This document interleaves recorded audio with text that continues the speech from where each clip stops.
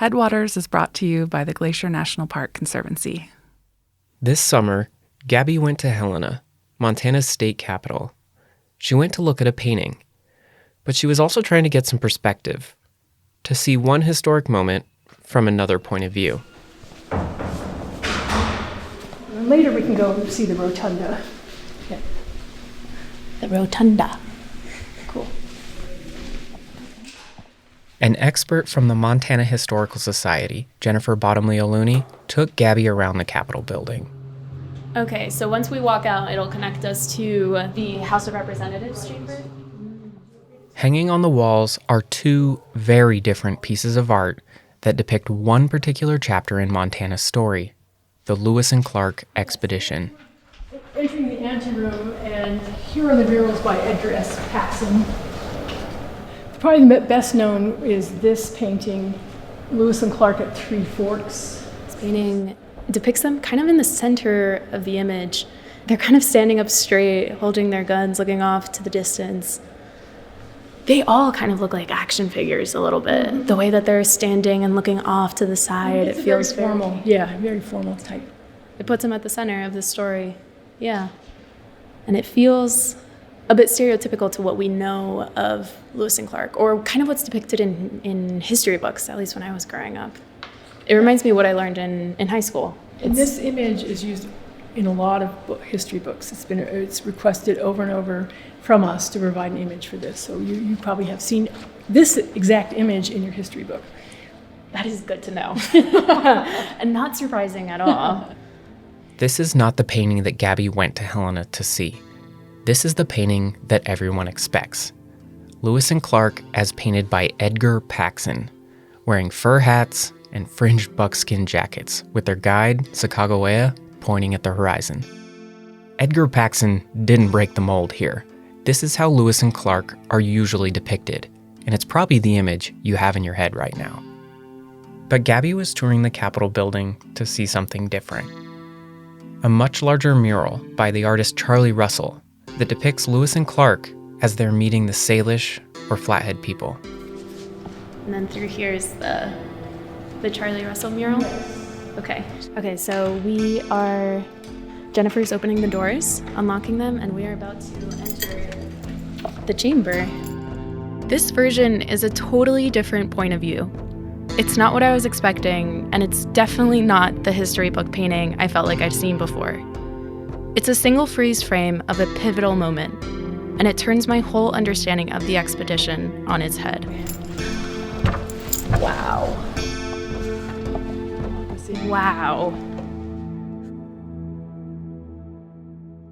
Welcome to Headwaters, a podcast about how Glacier National Park is connected to everything else.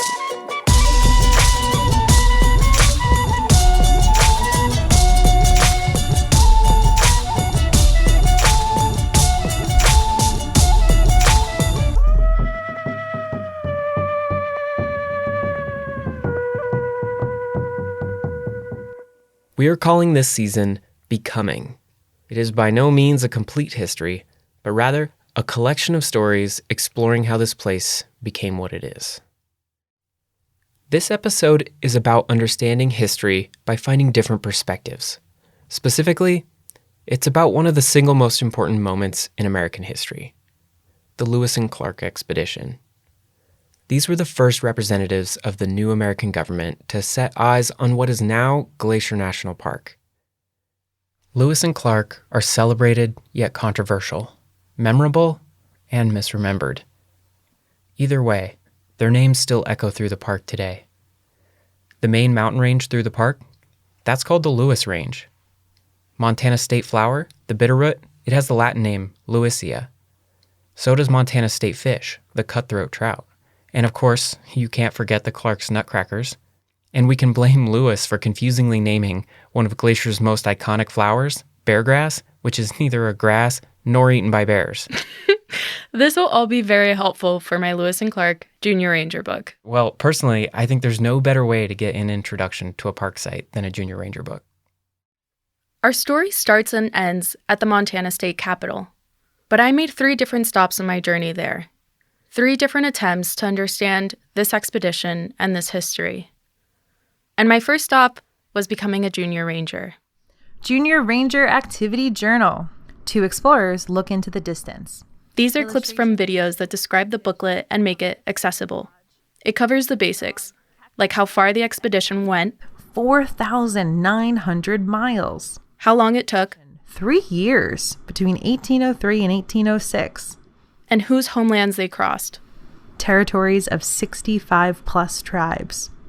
The Lewis and Clark expedition, which is also called the Corps of Discovery, was a special military unit of the American Army. It was created by Thomas Jefferson to explore the brand new Louisiana Purchase, but he also wanted to see how the country could make money out in the American West.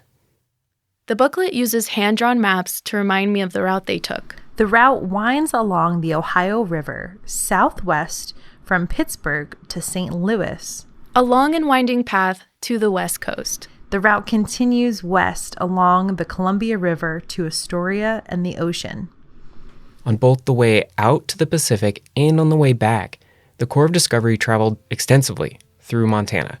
On their journey back, part of the Corps took a detour up the Marias River to just outside what is now Glacier National Park. That ends up being one of the most fateful moments on the expedition.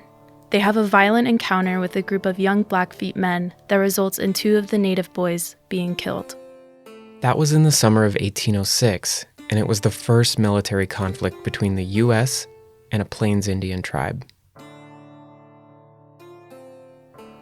The Junior Ranger book does a good job getting you to think about these kinds of encounters and their interactions with native groups more broadly. On one page, it asks the reader to think about the Lewis and Clark expedition like a stranger marching into someone else's house. How do you show respect when visiting someone's home? And while we're just sharing the audio descriptions, the Junior Ranger book has full-color illustrations that help bring it to life. It was a much more diverse expedition than I'd remembered. There was Pierre Cruzat, a one-eyed, fiddle-playing French and Omaha guide. And then there was a man named York. Credited as the first African American to cross the continent, tribes sometimes cooperated with the expedition just so they could meet him. Though he was enslaved, the body servant to William Clark. Another way these stories are brought to life is through living history. Hassan Davis, a performer who contributed to the Junior Ranger book, gives programs as York. My presentation of York brings audiences into the triumph and the tragedy, the pride and the pain of being a part of, but separate from, what some would argue was the greatest American expedition ever mounted. This booklet does a remarkable job presenting different sides of a story I'd only really heard from one point of view. Such a good job, in fact, that the woman behind it won the Freeman Tilden Award, one of the highest honors the National Park Service gives out. How do you do justice to this very complicated story that is rooted in colonialism, exploitation, slavery, destruction? So those things are part of this story. This is Katie.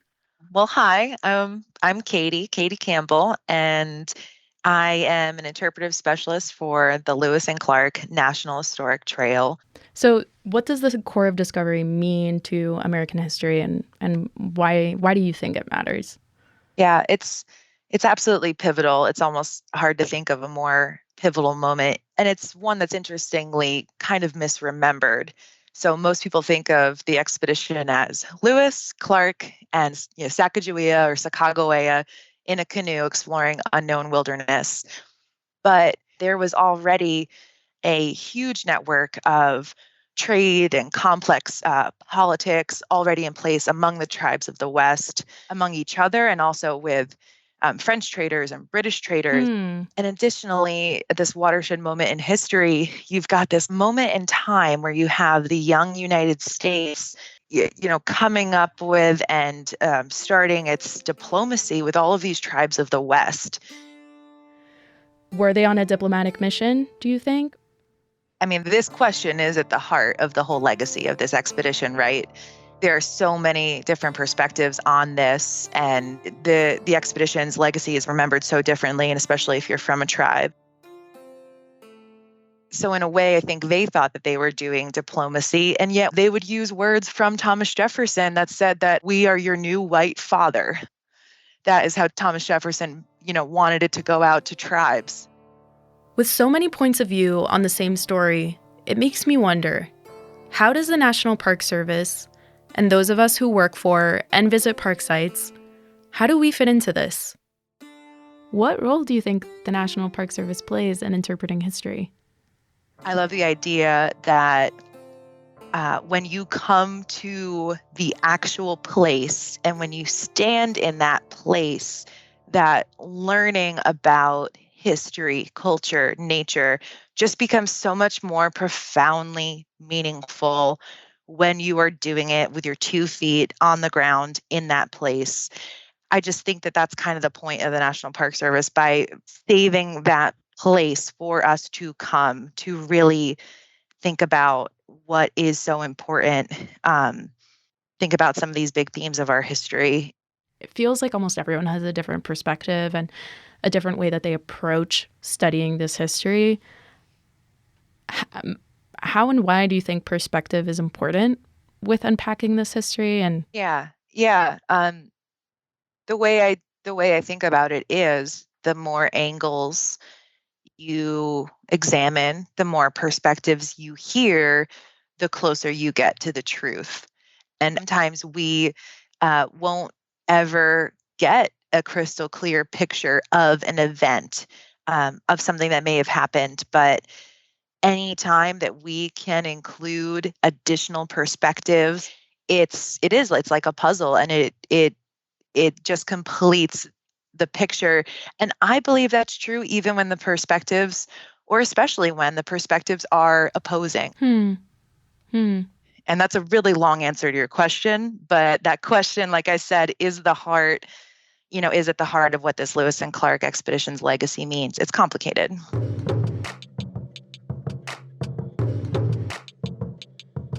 it's no surprise that an expedition that traveled over 4,000 miles crossed paths with so many different people and points of view. But as I've researched the core of Discovery, those paths kept converging on one name: Charlie Russell, the painter behind the giant mural at the Capitol. Today, Russell is considered one of the most famous Western artists that has ever lived, and he painted mainly romantic scenes of the Old West. I hadn't heard of him really until I moved here, but when his name kept popping up in my research, I was excited to see it show up on the schedule for campground talks here in the park. When he was a 16-year-old boy in 1880 and he wanted to come west, he wanted to see the West that was passing, because in 1880 it was. The buffalo herds were almost gone. The railroads, the development, the mining, everything was changing. So he got here just in time to see the last little bit of what he grew up listening to stories about and what he'd read. And of course, he read the Lewis and Clark journals until they were in tatters, because he just loved that era of the mountain men. That's Mary Jane. My name is Mary Jane Bradbury, and I am a storyteller. She gives a program on the life and legacy of Charlie Russell, but she does it through the eyes of his wife, Nancy. And I like to tell it from her perspective.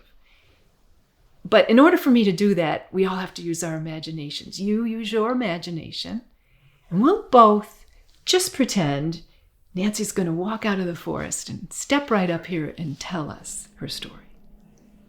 Living history is the art of portraying historical figures by dressing in their clothes, talking the way they might have talked, and giving a performance in character. To be honest, I wasn't that familiar with living history, and at first glance, I thought it sounded a little corny. But then I met Mary Jane. When I put the clothes on, I get the strut going, I get the voice going. I admit, you don't get in my way now, because I'm Nancy Russell, and you will pay for this painting because this is what it's worth, and there will be no more Charlie Russell art. So you want it, you pay for it. I love that. Okay, Mary Jane Bradbury. She's kind of a character herself. I think I usually associate living history with more Revolutionary War, Civil War reenactments. The Park Service does a lot of those. But Mary Jane uses her outfit, her accent, and her strut to tell a more personal story. I asked Charlie one time if he ever thought he'd run out of ideas for paintings. And he said a man couldn't live enough lifetimes to run out of all the ideas that he had for stories in his art. And And if he ever lost the use of his hands, he'd learn to paint with his toes because he had to paint. Not only what was in his mind, but what was in his heart. And Mary Jane shared that while Charlie was a talented artist, he wasn't much of a businessman. Charlie was blessed with a great amount of talent, but not a lot of ambition. So lucky for Charlie, at a very critical moment in his life, he met Nancy Cooper, who became his wife. Together, they could create the legacy of art and stories that we have now. That is a remarkable chronicle of the West. Charlie would make paintings, and Nancy, his fiery, no-nonsense wife, would get people to buy them. She'd travel all over the country to sell his art. New York, Los Angeles. And here in Glacier, too. Charlie and Nancy started coming here before Glacier was even a park, and they loved it so much they ended up building a cabin on Lake McDonald. They named it the Bullhead Lodge, and it was a really big part of their lives. Glacier was a special place for them. After the park was established, Lake McDonald Lodge was eager to capitalize on having the Russells as neighbors. So they set up a special gallery where Nancy could wheel and deal and sell Charlie's art to wealthy tourists. The two of them were amazing storytellers and would give captivating impromptu performances to tourists in the lobby. Charlie would even join in on visitor pack trips as the official storyteller. It sounds like they really loved this place, and people here really love them back. Mary Jane always pulls a huge audience to this talk. I love telling the stories from the first-person perspective, the historic portrayal. That brings alive the history that we've been through and gives us a little bit of an insight as to where we are now and hopefully where we're going next. What I love about this approach is that you get to see the people behind the paintings. The man with a vision, the woman with a plan, and the couple that spent summers in Glacier for decades. And it's easy to imagine why the people building the Montana State Capitol hired Russell to paint its largest mural. When the Capitol was built, they wanted a mural. They had asked a number of Montana artists to contribute. Of course, Eastern artists were all the rage in those days. You know, if you really wanted something of high notoriety, you would hire a big Eastern artist. And Charlie said, fine, if you want angels and cherubs flitting through the skies, go ahead and hire an Eastern artist. But if you want history, hire me. And so they did.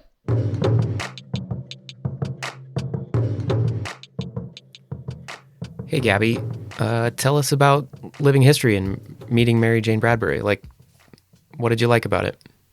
It was really cool. I thought the way Mary Jane Bradbury captured Nancy Russell and shared her experience with us was amazing. I'm somehow relating to this person hundreds of years ago. I think it's neat that you're learning about one person, Charlie Russell, but you're doing it through someone else who knew him and from their point of view, like Nancy, his wife.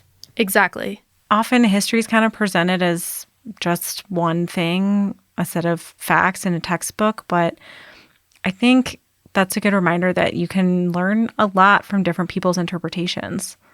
All history is someone's interpretation. Yeah.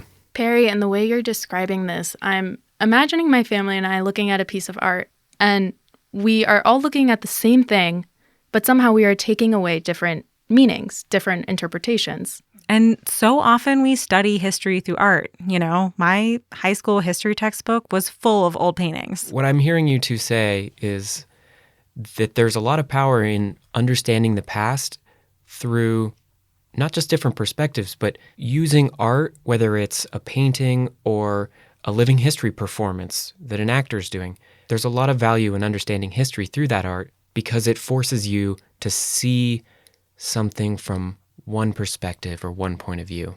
Right. I think we're really comfortable with the idea that art can have a lot of different interpretations, but we don't often think of history that way. I'm finding that history gets a lot more complicated when you start considering multiple perspectives. I just wanted another take on Lewis and Clark, but that led me into a history of Charlie Russell, and then that led me to seeing things from his wife Nancy's point of view. And I'm not done yet.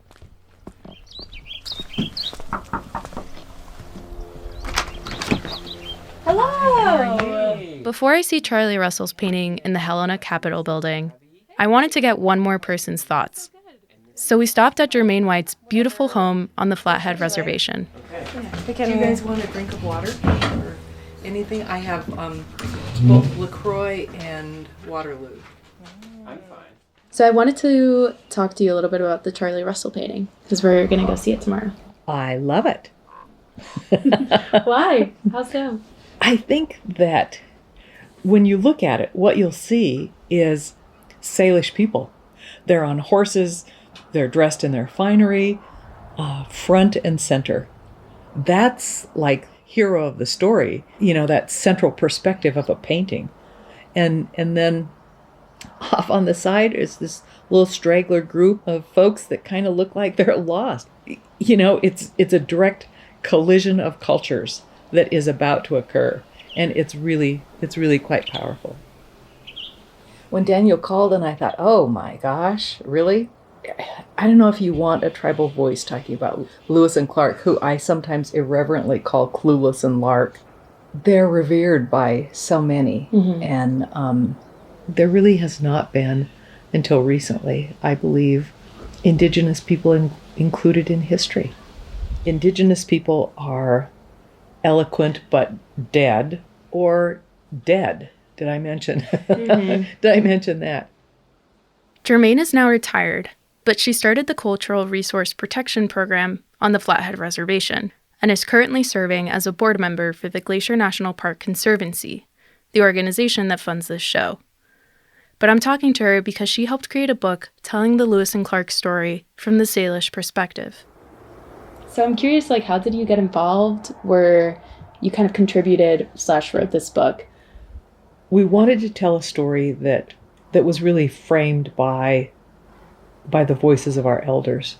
The title of the story is not Lewis and Clark and the Salish people. It's mm-hmm. the Salish people and the Lewis and Clark expedition. They entered a homeland that was known and loved and that was fully occupied. As the people watched Lewis and Clark, it appeared that they were aimlessly moving across the landscape, that they really had no sense of the world they were moving through. And for us, our lives in so many ways are deeply connected to the natural world. It appeared that these people were kind of bumbling across the landscape, and those that observed them thought they might be ill. They looked unhealthy. They didn't appear to be moving with purpose and clear direction. They're upside down face people. They have hair on the bottom of their face and no hair on the top of their face. And who are these strange, unhealthy looking people? And as the people observed them, there was great discussion among the leaders and the people in the camp. And there were those among the tribe that said we should eliminate them. We were a large population. Mm-hmm. We were strong and healthy, and they were not.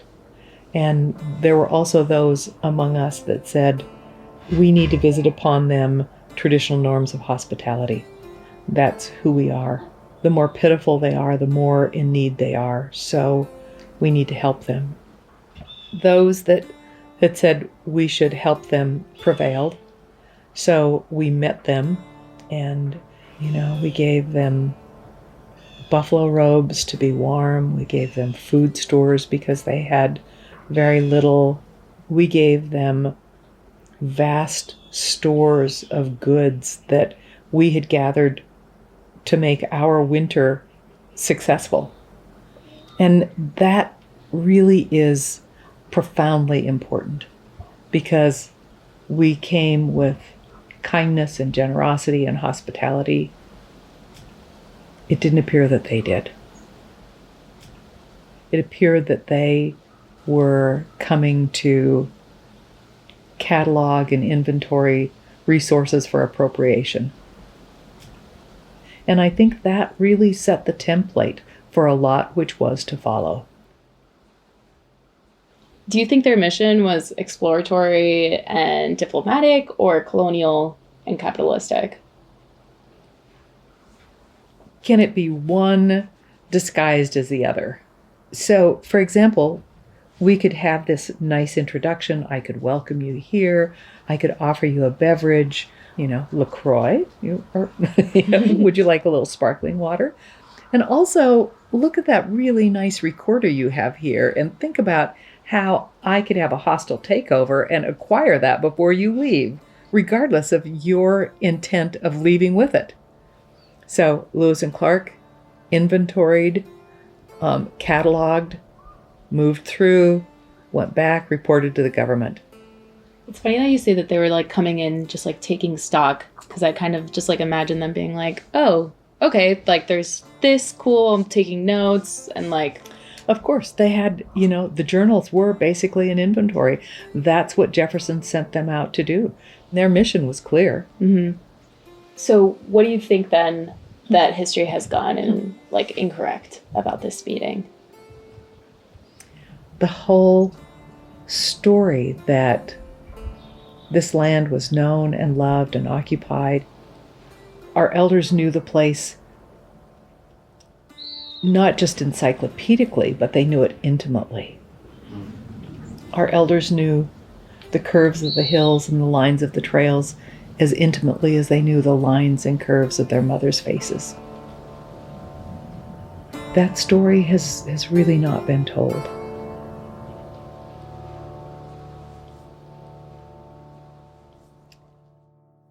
The Corps of Discovery met dozens of tribes on their years-long journey, not just the Salish. And versions of this encounter happened over and over again.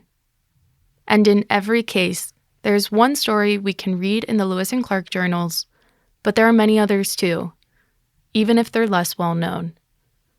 Carrying what I've learned from Katie, Mary Jane, and Jermaine, I finally feel ready to see the painting at the Capitol. Okay, so Jennifer's opening the doors, unlocking them, and we are about to enter the chamber. Wow. Wow. Oh my God, it's huge. This is, no joke, the biggest painting I've ever seen. It's the entire wall of the chamber, above where the Speaker of the House sits, up on a platform. I'm surrounded by legislative desks, all of which face the painting.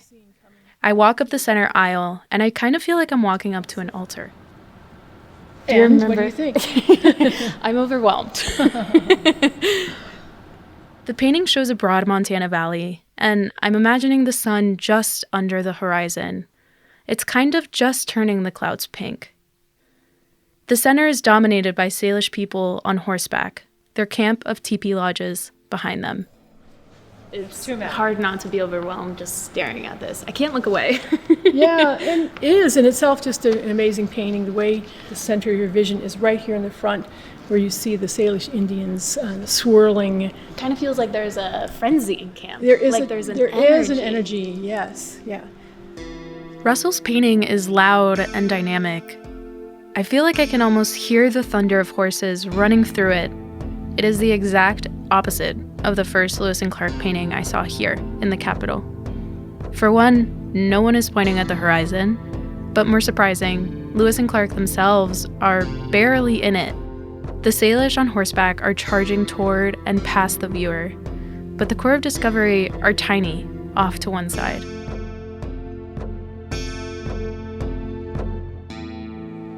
Somehow the emotional and intense energy does not reach them. No, it does not. They're kind of just standing there, and there's not much emotion on that side. You can see, the focus in Paxton's painting, of course, is Lewis and Clark and the Corps of Discovery. And here the focus are the Salish Indians. Yeah. Near the bottom of the frame, there's a dog that I assume belongs to the Salish. And from my perspective, it looks like it's stalking. Directly behind the Speaker of the House, watching the politicians of Montana. Without saying a word, the painting comments on the sweep of history about to unfold. Charlie never talked about it. There's no recorded documentation that I know of what he thought about this painting. So what happens next, and that's up to the viewer to decide.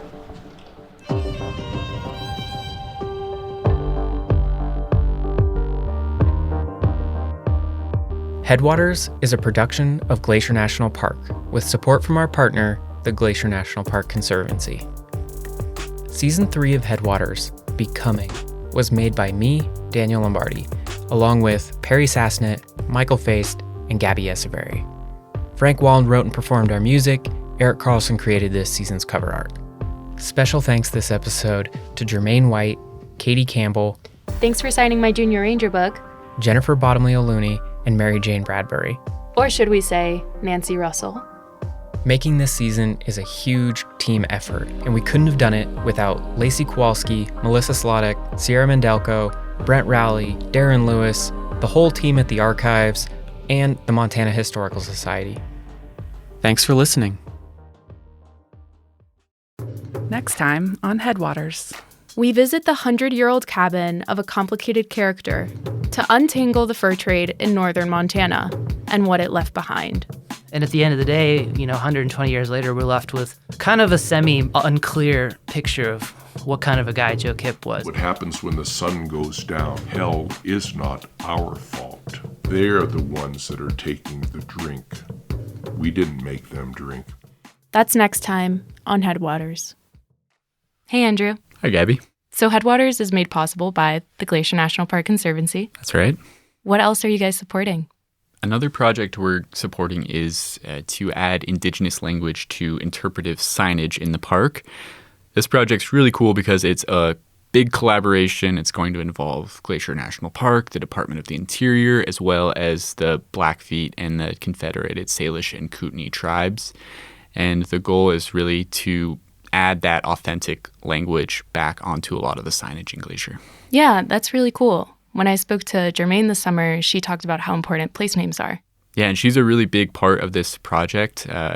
She believes, and we believe, that when this language is included, it recognizes the connection these places have to so many Indigenous people, but it also enriches the experience of the person reading it and learning about that connection and just deepens their knowledge of the park. Yeah, absolutely. I love that. So if people want to learn more about this project, where can they go? They should check out our website, glacier.org.